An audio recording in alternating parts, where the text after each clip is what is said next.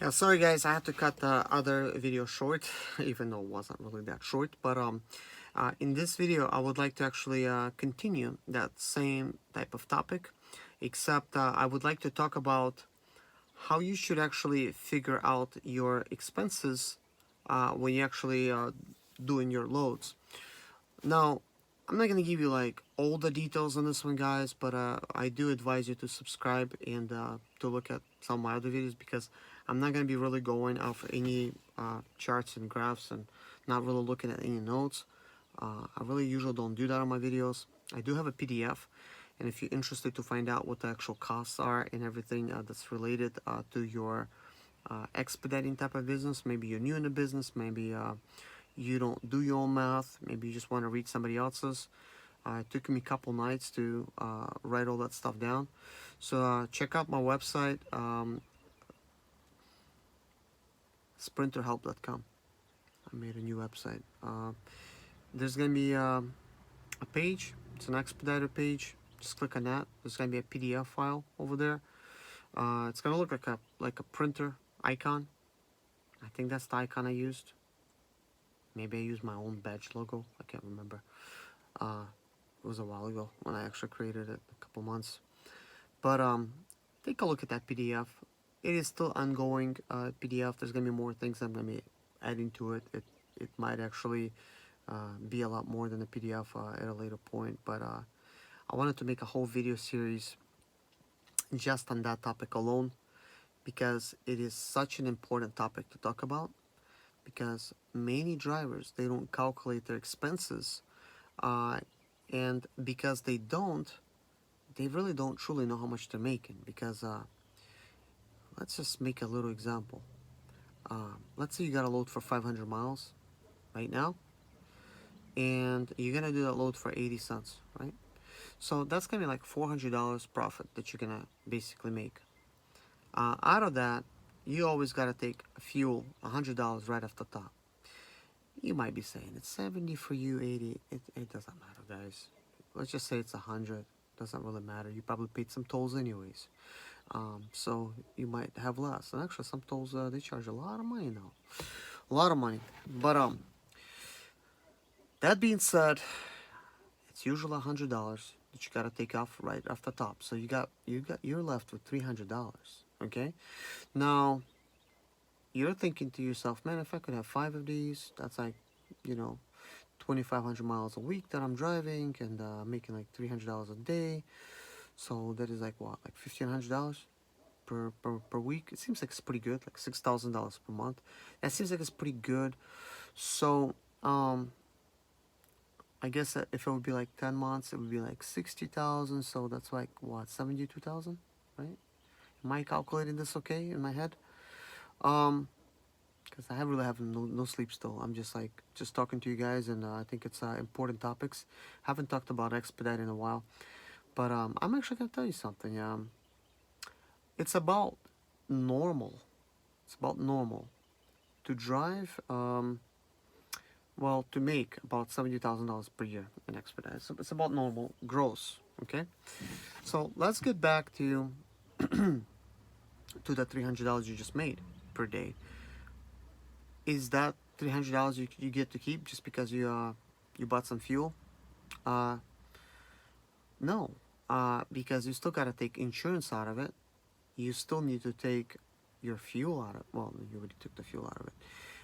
You gotta take tires out of it, your fuel, your oil changes, your fluid changes, all your breakdowns, your cell phone, your clothes, whatever you use for your business. You gotta take that stuff out. You know. How do you do that? Well, there's all kinds of ways of doing it. I like to simplify things. So for the simplification of this video, even though I calculate things a little bit differently, so we could actually do the numbers, here's what I'm going to do. So we just did a little simple math, and we realized that if you're going to be driving 500 miles a day, chances are you're going to end up making $300 per day. I guess that would be a kind of clean after the fuel. So that would be at 72,000 for the year, which is actually a high number. That is if you really work consistently. So yeah, that would actually be pretty good.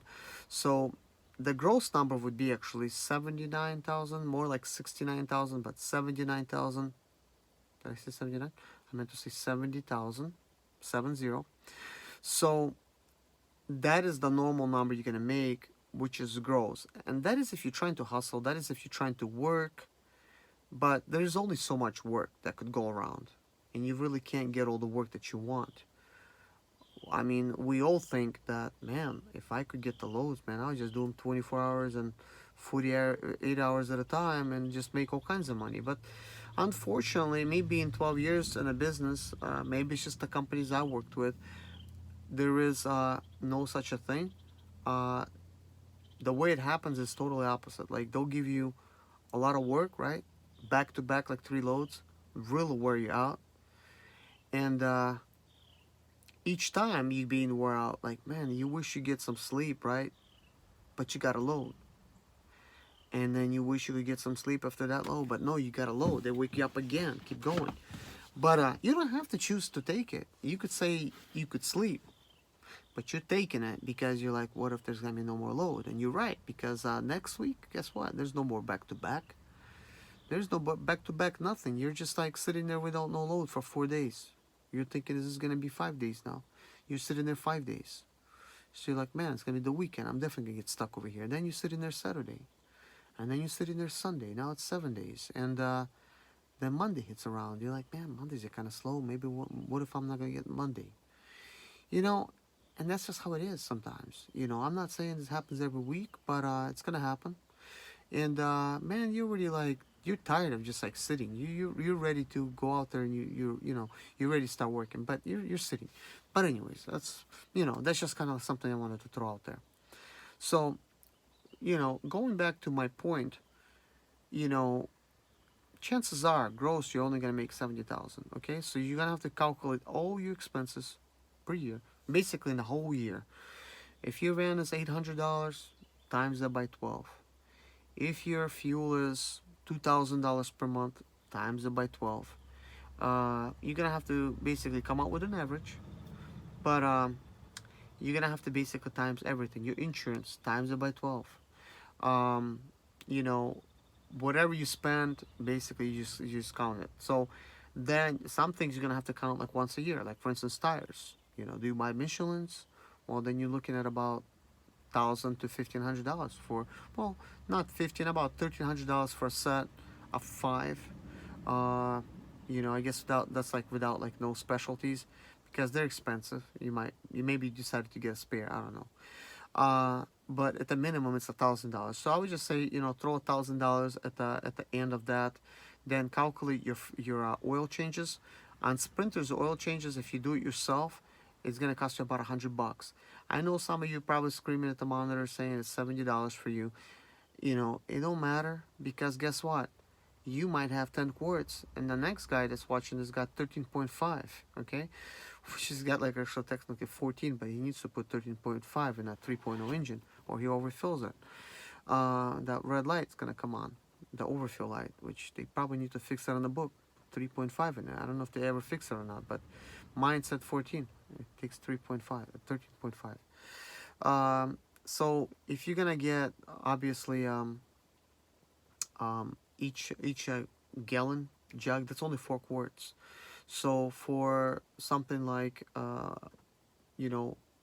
quart type of a model like we have here, you're gonna need to basically have like 2.5 gallons. So you just bought like an extra gallon because it's cheaper.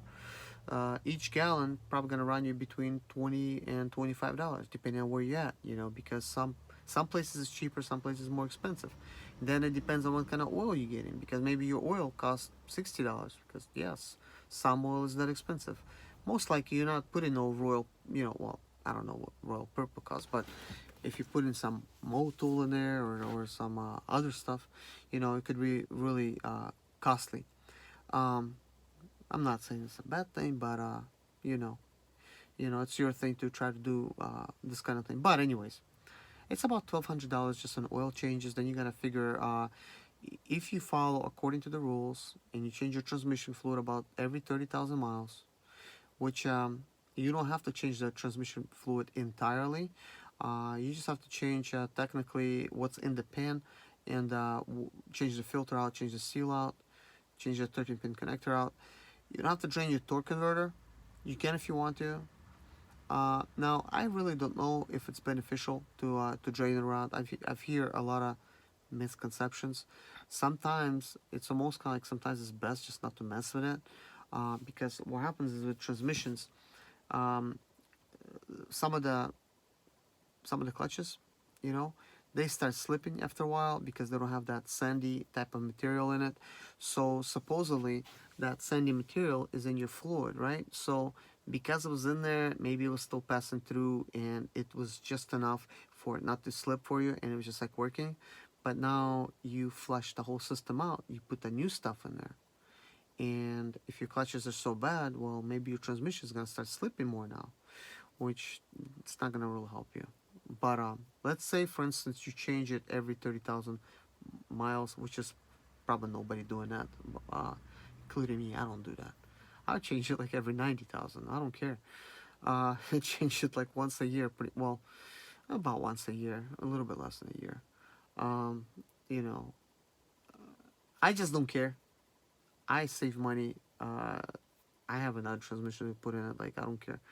Um, That's just transmission. Engine, I always change. Like 10,000, I change it. You know, if you could change it sooner, great. My dad changed it every 5,000. You know, I'm like, you know, I have to. I mean, that's what he does. Okay. I mean, he paid 65,000 for his Sprinter, so you know, what can I say? Um, so, basically, uh, make sure you just count all those services. I would still just, even though you don't change transmission for, you know, like 3 times, you know, think of the cost of the Mercedes. It's probably like $18 a quart, you know, for the 134A ATF 134A. Uh, it's probably like 18 bucks, between 14 and 18. I mean, some dealers are more rip off than others. So figure that if you change just what's in the pan, that's about 4.5 quarts. You know, you're still gonna end up paying some money per year, which is not that expensive actually if you think about it. You're looking at about $80 for an oil change, technically. Well, not $80 completely, but you still gotta buy a filter, transmission filter, the seal, the 13-pin connector. You're probably looking at 120 bucks. I mean, it shouldn't be that expensive, but I don't know why, but I really kind of never thought of it that way. But I just now figured that out. Really, I've never really thought about the transmission change being like that, because it's actually not difficult to change that transmission fluid, um, if you do it right, you know. But torque converter is more difficult to change. But also, it's not that costly to replace transmission fluid, even if you use Mercedes type of stuff. I don't use Mercedes stuff. I use Valvoline Max Life. That's what I use for my transmission. They're ATF, because you look in the back and it says compatible with Mercedes NAG 1 transmission, which is, that's the transmission that we use. Because they're using Chryslers, bunch of other vehicles, Chrysler brands, you know, enough brands. That's what they use. So there's a lot of parts that's being shared. So what do you think? The Chrysler is gonna sell you Mercedes? No, they're selling you their own Chrysler brand stuff. That's why American brand makes same oil that's good enough for Mercedes. And I know some people out there that say the chemical composition is not just right. It needs to be precise. Who cares about all that mumbo jumbo? That's not gonna save you. Believe me, I have a transmission that lasted me 1,050,000 miles. I believe 1,050,000. I may be wrong, and it's 1,150,000. But I'm just gonna go on a limb here and says 1,050,000. And that's good enough for me. That was the original transmission. And the clutches actually, well, I guess the torque converter itself actually went out on that one. But I decided to replace it, and the transmission that I replaced it with, uh,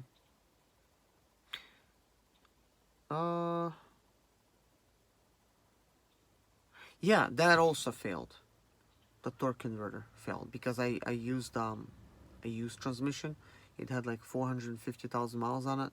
So I put like I think like another 150, like, well, another 150,000 on top of that. So that like that transmission like lost like 600,000 miles.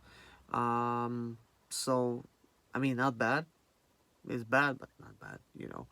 But that's still a long time, and you really don't have to replace the whole transmission for that. You just replace the torque converter. But anyways, I feel like I'm off topic, but it's just it was kind of like interesting for me uh, to kind of like realize that transmission fluid changes, they're not that expensive, so there's like no reasons to avoid them if you're trying to save money. So maybe I mean, one thing's for sure: if you do change your transmission fluid at 30,000 miles every time, that's actually good for you. But if you don't change your fluid for a very long time, well, it also causes more wear and tear. If you, that's really logical for me. Uh, then obviously your clutches are gonna be a lot more worn, so that sand, I guess, is gonna end up being the stuff that's the clutch material. So whatever that they use on it, maybe sand or diamond dust, whatever they used, it's going to be like it's going to be inside of your transmission fluid. Um, so that is the thing. But that's why some old school mechanics, they'll say to you like, well, if you haven't changed transmission fluid for like 100,000 miles, you're gonna change it. Most likely you're gonna have problems. And if you're not having any problems, just keep driving until you do. That's just kind of like a basic recommendation, because you done went so many thousands of miles without changing it. It's like, might as well not change it. You're not gonna really help things by changing it now. It's already dirty. And when the clutches are gonna start slipping real bad, well, you're not gonna be able to just drive anywhere anyway. So because the fluid is gonna turn so black, because the clutches are burning your oil, well, fluid, I guess. Um, but anyways, that being said, guys, write down all of your expenses. Then just divide them into months, divide them into weeks, divide them into days, divide them into hours if you want to. But what you can do is, when you divide it into days, then you take how many miles you drive per day, because then you're gonna get an average, because you're gonna realize that, okay, I am driving 500 miles that day, right? I'm only getting paid like 300, after the thing, but I'm driving 500 miles, and then you try to, by mile, just divide. For instance, if your expense that day would be $300, let's just say, I know it's a big number, but just take 300 and divide it by 500 miles. I hope I'm saying it right. And that's gonna give you actually the cost per mile of the expense. So then you could add that expense, add it up, and you kind of know it. I mean, if you, like, for instance, right, let's say you realize that your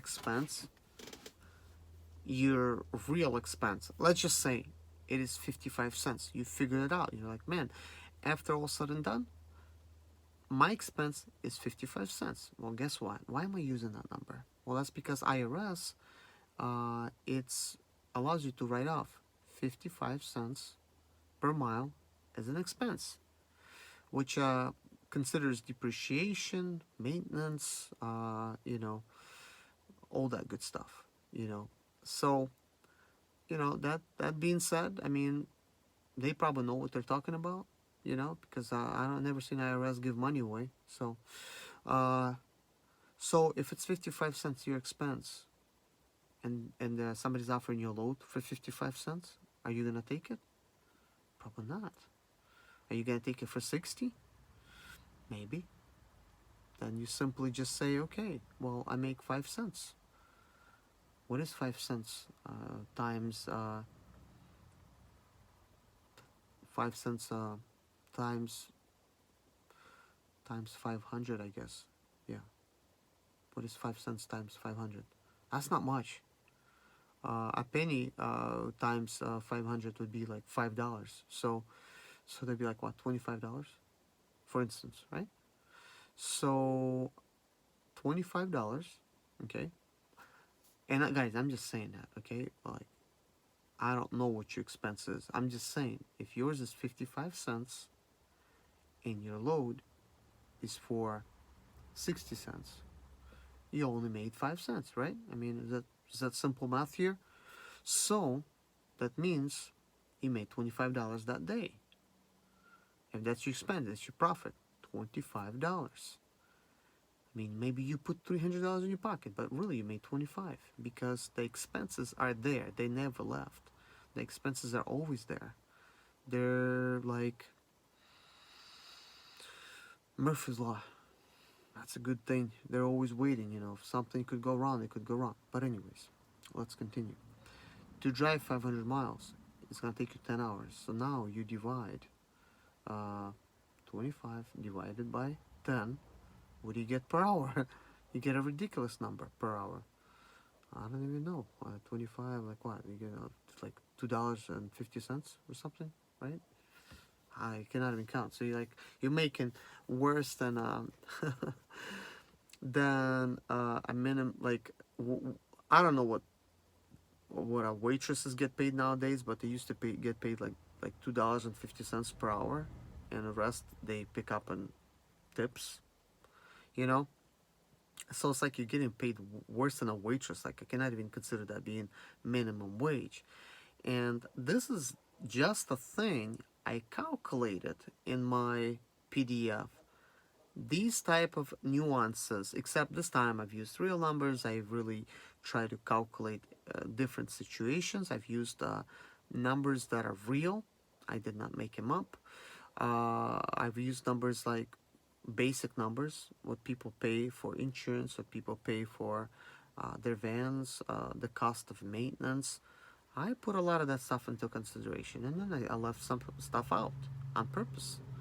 I left stuff out like healthcare, like dental plan, like taxes, paying tax. I left all that stuff out because that is not up to me to decide what you're gonna be paying with that kind of stuff.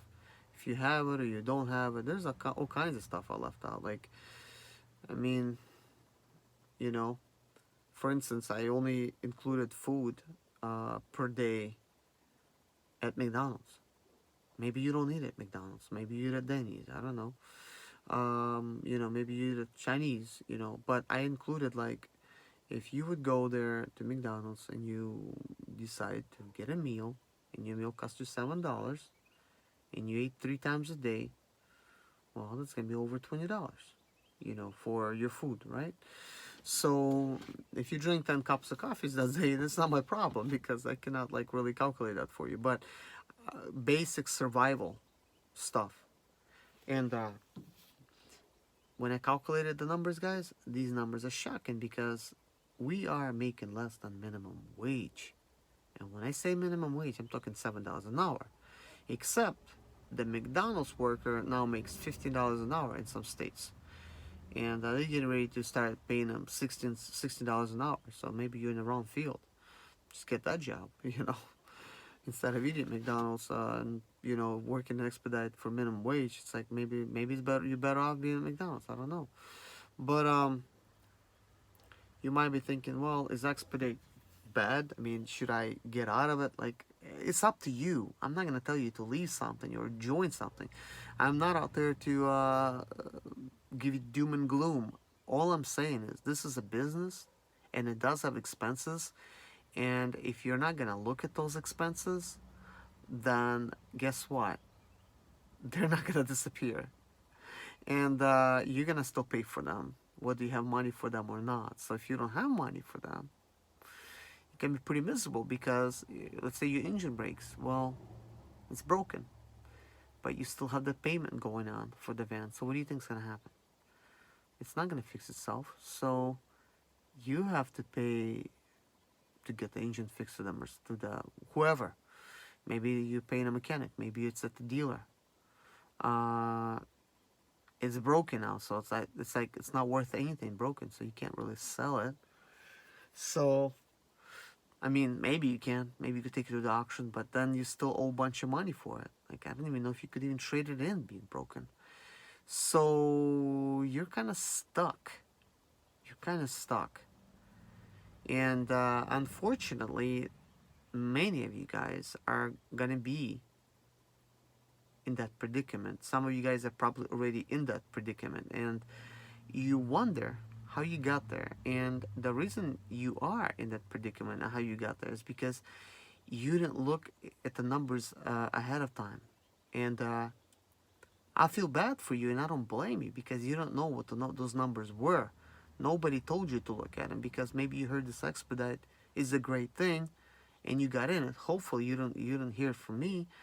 Chances are, some of you probably did, because I get so many thousands of views just for expedite videos that I wonder who's watching these things.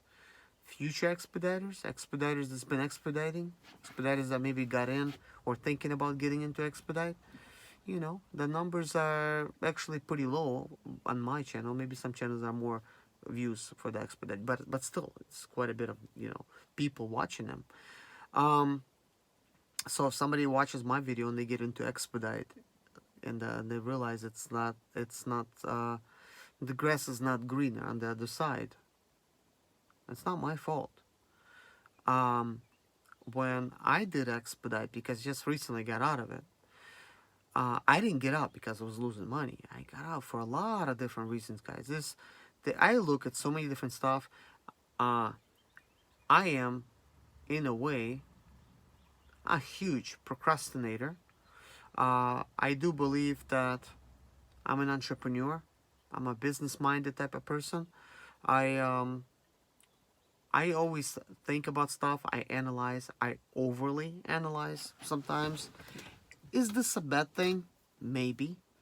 It's going to cause me not to start a lot of businesses because I see a lot of potential failures with those businesses. Am I scared to start those businesses? No, I take calculated risks. I'm not gonna start something that I'm gonna lose money in. And if I see a better business that will cost me less money to start, I'll just start that one instead. Better yet, I'm gonna start something that I'll actually enjoy doing. That's the way I actually look at things.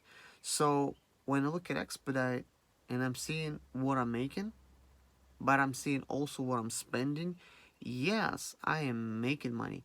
But just fuel alone, you could be spending between $15,000 and $20,000 per year just in fuel. So fuel is not the biggest expense anymore.